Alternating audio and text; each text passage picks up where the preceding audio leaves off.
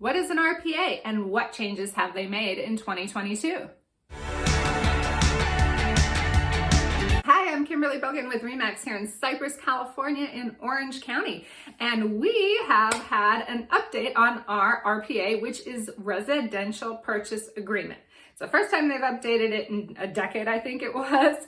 And it's great. I personally think that it's a good thing because it makes a lot of items clearer. However, it is more pages. I think it's 6 more pages than the other one. First, on the main page, it has what we call a grid, or what they're calling a grid. And the grid is really great because it breaks down the important aspects of your offer in one area rather than having to search through it on page 2 or on page 3 or on page 4. All up there right up front. So it's very easy for the sellers and the buyers alike to understand what they're offering or what they're being offered. Second is it breaks down all contingencies to the same time period.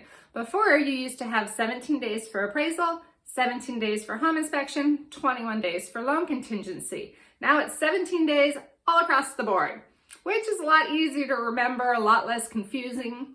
It does take 3 days off of your loan contingency period, but that can always be negotiated. Another thing it did was pretty much eliminate an area to ask for Section 1 termite, which I love. I hate getting offers where the buyer asks for Section 1 termite when they have clearly outlined it on the request for repairs. The request for repairs sheet has a section that asks if you would like Section 1, etc. Because most sellers are not going to know the extent of their termite damage prior to getting a request for repairs or a termite report. Now, it does have a section where you can request the report, but they thought, meaning California Association of Realtors, that it was unfair to be asking for termite repair prior to the seller knowing what that would cost them, which is 100% true.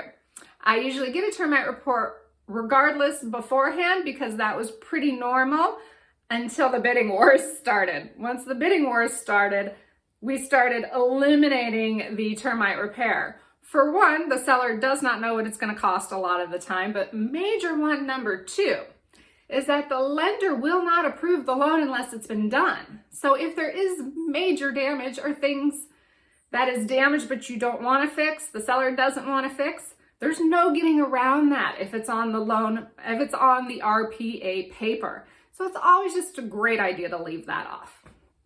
If you like that information, I have a lot more of that coming your way. Please like down below and subscribe. Thanks so much.